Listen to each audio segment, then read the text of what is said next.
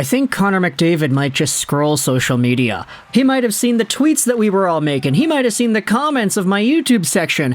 Connor McDavid took all the conversations of everybody saying this guy does not show up in the Stanley Cup Finals. And he said, oh really? Because Connor Mack, ladies and gentlemen, just popped off. He went sicko mode in game number 5 in Florida against the Panthers in a game where the officiating was, okay, we're not going to talk about the officiating. Let's leave all officiating complaints to the comments section, because in this video, we're talking about Connor Mack, we're talking about the Oilers. Edmonton has won Game 5, 5-3. The series is now 3-2 for Florida. What was a 3-0 series has now dwindled to just a 1-game lead. Heading back over to Edmonton, Rogers Place, where the Oilers will have a chance to tie everything up. There was a crazy stat posted the other day. It was on the Sportsnet broadcast. This was tweeted out by Bryce Lee is me. Here is the Edmonton Oilers record after losing 3 straight games. At the end of November, start of December, they went 8-0-0. At the end of December to the start of January, they went 16-0-0. And then from February 26th to March 5th, they went 5-0-0. The Edmonton Oilers have said this entire season, with Chris Knoblauch at the helm, nobody defeats the Edmonton Oilers 4 games in a row. And now they have bounced back. Now they're actually playing really well, and Connor McDavid has gone sicko mode. I'm not saying we're going to 7, baby, but I'm saying the possibility looks a lot closer now than it did maybe a week ago. And that's not obviously just because of the score. Oh, 3-0 versus 3-2. Now it's closer to 7. Yeah, duh. Like, you watch these games, you watch how the Panthers have struggled to control the Oilers and how Bobrovsky has started to look a little bit vulnerable. It all started on Saturday, 8-1 victory for Edmonton. Now it's 5-3. It's a loss for Florida on home ice. And all of a sudden, we have ourselves a series. You know what they say, a series is never a series until a team loses on home ice. And, of course, the Oilers did lose on home ice earlier, but still, the Panthers, they've got that L now, too. This is only the 4th time in NHL history that a team has forced a Game 6 of the Stanley Cup Final after trailing 3-0. The other 3 times happened in 2012, as the New Jersey Devils ended up losing inevitably to the LA Kings, 1945 with the Red Wings, and then 1942 with the Maple Leafs. The only team to ever come back from trailing 3-0 in a Stanley Cup Final series and win the cup as a result. The Oilers, I'm not going to say they're doing it, but they're making it look like it's possible. Now, let's go out there and talk about the actual events of the game, because this one, the tone was set right away by Connor Brown, baby. Downtown Connor Brown forces a breakaway shorthanded, and he's able to beat Bobrovsky far deep over to the outside. And you know what? This is classic Connor Brown, baby. There was one time in Connor Brown's career where he was like the best player in his league.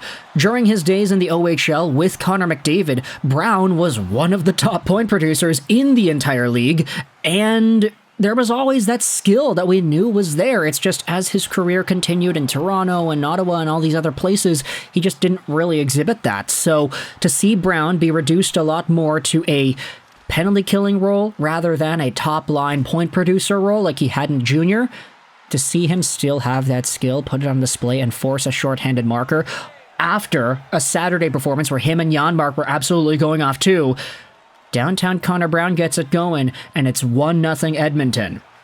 Second period continues. This is where the Oilers go to work. Evan Bouchard on the power play, a bomb, and it goes off of Zach Hyman and in. This one right in front makes it 2-0, and then just 4 minutes later, you have Connor McDavid on a beautiful play. He read, memorized, analyzed, and used the Sergei Bobrovsky textbook to his advantage, because McDavid comes down the left wing, and he, on a very tight angle, just slides it right through the 5-hole of Bobrovsky. Bob isn't really covering the side all too well. He has that gap right through the wickets, and that's where McDavid finds the goal. It's 3-0 Edmonton, 5 minutes into the second period. All hope is starting to look lost as the Florida Panthers try to mount their comeback. And to Florida's credit, they did make things interesting. Matthew Tkachuk off of a turnover makes it 3-1. Beautiful play for the Panthers to keep the puck in the zone. Tkachuk comes in on a mini breakaway, goes top cheese on Stuart Skinner. But just 5 minutes after that, oh boy, Edmonton on the power play once again. Bouchard goes over to McDavid, who comes right down Main Street, and Connor McDavid dangles through the entire Panthers decor and then throws it out to the side for Corey Perry. He makes it 4-1, and it is the first goal of the playoffs for Perry, the man who's been cursed to hell and back with his Stanley Cup Finals appearances with Dallas, Montreal, Tampa, and now Edmonton. Of course, he won the cup with the Anaheim Ducks back in the day, so he's fine. But still, what a curse. He scores himself the first goal of his playoff in 2024, and it's a huge one. Connor McDavid is actually the game-winning goal here by Corey Perry, but Connor McDavid is the catalyst who gets it started. Darnell Nurse also playing a pivotal part in this play because he's the guy who is on the bench debating who it is that's going to go on next. Darnell Nurse actually had an opportunity to get onto the ice before Corey Perry did and take Corey Perry's spot. But because Nurse was yelling at Perry, hey, Perry, go, go, go, Perry steps onto the ice, he comes into the offensive zone, and the puck is right on his stick because Connor Mack finds him, and it's in the back of the net. Now, in this stint, you also had yourselves the Florida Panthers responding right away. This one goes off of Darnell Nurse and in. Pretty bad play, unfortunately. All it took was less than 30 seconds for the Florida Panthers to get it back out for Evan Rodriguez, who is able to take a shot. It goes off of the guy in front, and it bounces in. It's off of Darnell Nurse's glove, so Nurse giveth with the beautiful change to Corey Perry, which allowed him to score, and then Nurse taketh just half a minute later. Heading into the third, it is 4-2. Oliver Ekman-Larsson gets things going for the Panthers at the start of the third. Beautiful play by Tkachuk, throws it out into the middle, and it's OEL with a blast. He goes top cheddar on Stuart Skinner. And admittedly, for the rest of the third period, I'd say that the Florida Panthers had the majority of the opportunities. They had a lot of puck possession, zone time, and this game in that third really was Florida just taking charge and trying to get these opportunities to go. The Oilers exhibited this same strategy of just buckling down and playing tight against Vancouver. They did it against Dallas, and it allows them to win this game number 5 against the Florida Panthers. Now, at the end of the game, there was a beautiful empty net chance where the puck was rolling towards the open cage, and it's Matthew Tkachuk who dives and he swipes the puck away with the stick. At the very last moment, it barely even touches the goal line, but Matthew Tkachuk is right there. He slides into the net. OEL is the trailer, and he ends up not following through with the play. It's Connor McDavid instead who negates the Matthew Tkachuk wonderful save by picking up the puck, just walking around, and he shoots it by.